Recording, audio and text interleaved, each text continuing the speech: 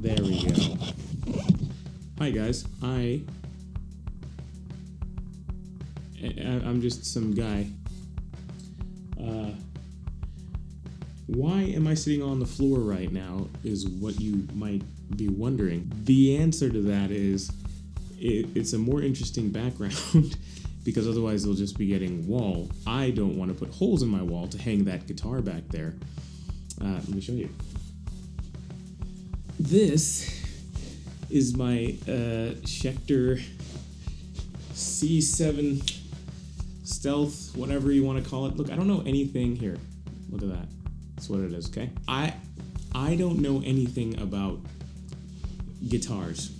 Like to play them sometimes, but I'm very bad at it. Okay, actually, I'm alright. Yeah. There we go. CCM basic chord progressions on a Schecter, which is like, you know, for those of you not into music, this is a guitar built to shred. It has 7 strings instead of 6. You know why? Because 6 doesn't go low enough, apparently, for those of you gentlemen out there. And ladies, I don't know. The genters, you know what this bottom string is for. It's a B string. It's meant to go low, so you can do some serious, deep, dark breakdowns, which I'm not good at, and I can't shred or anything like that. But anyway, so that's what this is. Put this back before I hurt myself or your ears. Also, this is a violin. This is the instrument I use the most. Does it mean I'm good at it? No. No. It means that I play it the most. That's it. I'm the most comfortable on it, but I'm not necessarily the best at it. But I like to play it. That's the thing I'll say. I posted a few videos the other day to try and kind of like break out of my shell, I guess you could say, to try and get some more comfortable showing.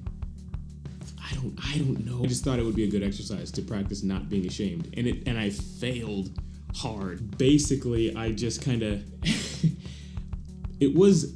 If you're a violinist, you look at that and you cringe really, really hard because there's something called intonation, and that is hard to do even if you're semi-good at violin. I am a hack. I taught myself almost everything I know about violin.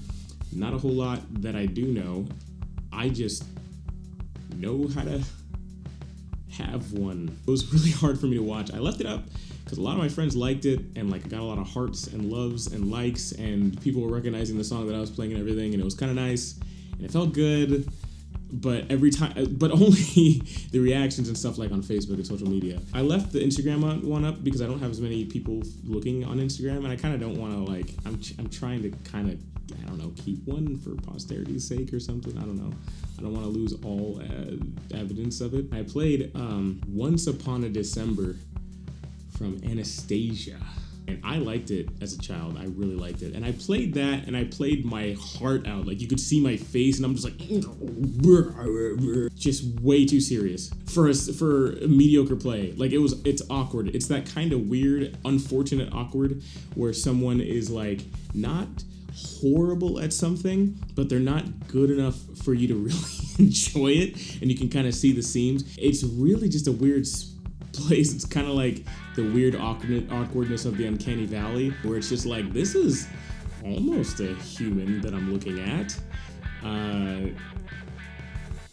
but it's not one, and I can feel it in my bones, and it's not okay, and I'm gonna throw up now. I have some people who didn't mind, some people who are actual like music teachers and instrumentalists who probably just to encourage me were saying things like, hey, this sounds great, good job, man.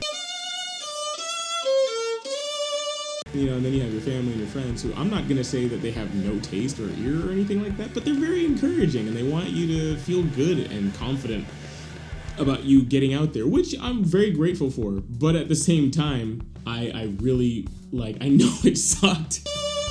Now, why on earth am I showing you this video if I'm so ashamed of it? Because it's kind of part of an exercise of me accepting who I am as a person, I guess. If I see myself on camera and I just try to accept it, I will probably, I'm hoping I'll gain confidence rather than just being ashamed of everything.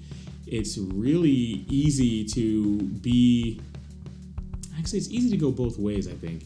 On one hand, it's easy to be like, oh yeah, I'm really satisfied with myself. I'm really happy about, yeah, look at me. And I used to be like this. And I think that's why I flipped completely, spit on myself. That takes talent. I used to be on the other side where I was just like, everything I did, I was like, yeah, look how clever I am. I'm so smart. Wow. I surprised myself sometimes. And then I took a hard turn. I don't know what it was. I just looked at stuff that I was doing, and I just looked at things that I enjoyed, and I looked back at my drawing, and I looked back at the things I enjoyed, and I looked back, and I looked again and again, and I was just like, there is a huge skill gap here. No wonder no one's paying me to do this. And then it was like a deep, like, realization, I won't say scar, but it was a deep realization. It was a really kind of like, wow, I am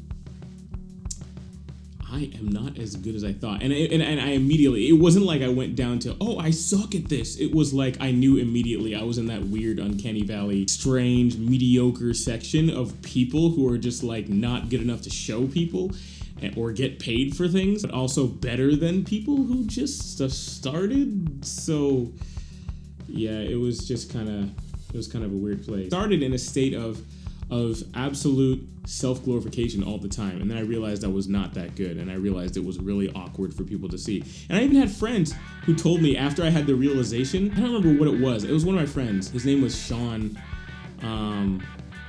We'll call him. No, we'll just call him Sean. Why not?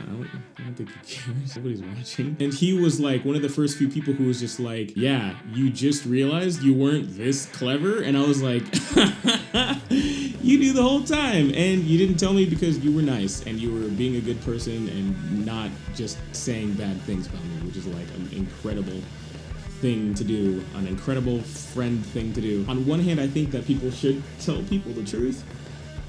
You know, like, as hard as it is to hear, I 100% respect the people who bite their tongue and know that it's not the right time, because you can kind of, some people who have, like, you know, who are good at peopling are really able to tell that, oh, this person is not in a state to recognize, you know, this or that. They're not in a state to receive this kind of truth or this kind of information. If you tell them, it's not gonna be met well. It's kind of like if you got this ego thing, right? Ego to me is just this poison where it's just this sensitive thing. It's just a nerve. You like remember the Hulk when he was just like in the Avengers movie, and he was just like, yeah, you just like, you guys go out there with armor, I'm just this big nerve out there, you know. And it's just like, it hit, man, it hit when he said that, because I was like, yeah, that's what an ego feels like. It's like every time somebody says something, it's an attack, and it's like, oh, you just want to hurt my feelings. You don't like my soup? It's why? Because you're stupid. Wow, that is the best comeback I could come. That's real life. That's the best comeback I can always come up with. I mean, like, and so when you have your ego out there, I mean, you'll know, like, people who are watching this who are like, you know, maybe only like maybe 10%, maybe only like maybe. People who are watching this who are like 10%, you know, self-aware will probably be like, you know, starting to get a little woke hearing this maybe, but you'll know you're an egotistical person if everything feels like, if you're just constantly having to defend yourself, or you feel like you have to defend yourself even though nobody's attacking you. And you might feel like everybody's attacking you. Like, maybe you've had an episode where you're just like, the next day, oh, that wasn't meant to hurt my feelings. That was actually just them being really nice. Yeah, so how did I get here? Oh yeah, I got here because of violin.